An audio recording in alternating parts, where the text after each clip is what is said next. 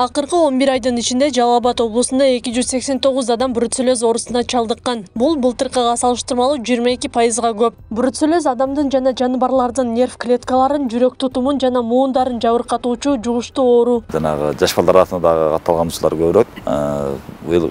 Былтыркы жылы 29 учурга катталган болсо, жаш балдар арасында быйылкы жылы 33 учурга катталып, 4 учурга көп десек болот да. Өз учурунда дарыламай калган учурда же дарыны толук кандуу албай калган учурда бул оору өнөкөткө өтүп кетет. Натыйжада жарандарга жанагындай өнөкөт ооруларын козгоп келет. Яна айрым учурда бул жанагындай тукумсуздукка да алып келиши мүмкүн жарандарда. Жалал Абад шаары боюнча бул илдетке кабылгандар октябрь айылындагы жугуштуу оорулар бөлүмүнө жаткырылган. Илдеттин жеңил түрү менен ооругандар амбулатордук дарылануудан өтүшкөн. Азыр жок экен, азыр бруцеллез менен жаткан жок экен. Жылдан бери 5 адам жатыптыр.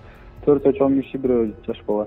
Бул оору адамга малдын продукцияларын пайдаланып жатканда жугары адистер тарабынан айтылды. Андыктан малдын этин жана сүт азыктарынын коопсуздугун көзөмөлдөө зарылдыгы күч. Малдын арасында бир 21 жыл башынан 11 айдын жыйынтыгы боюнча 22 баш малдан катталып, 16 башы союлду бүгүнкү күндө, калгандары акты менен турат, бир 10 күн ичинде сойдурабыз. Булар 24 саат бою илинип турат, союлгандан кийин 24 сааттан кийин өзүнүн суюктуктар толук кандуу агып түшөт. 110 градуска кайнатылгандан өз күчүн жоготот.